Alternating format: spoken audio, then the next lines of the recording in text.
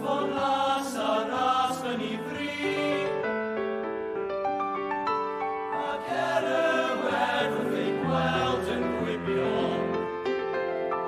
O fflws neu fflach, nid oes dim ond un. Ar garlamau ei rhod yn ar garlamau yn y nefoedd, yn brysur gilion gawod, yn brysur gilion gawod lwch, yn heini hoen i safi'r hoenon.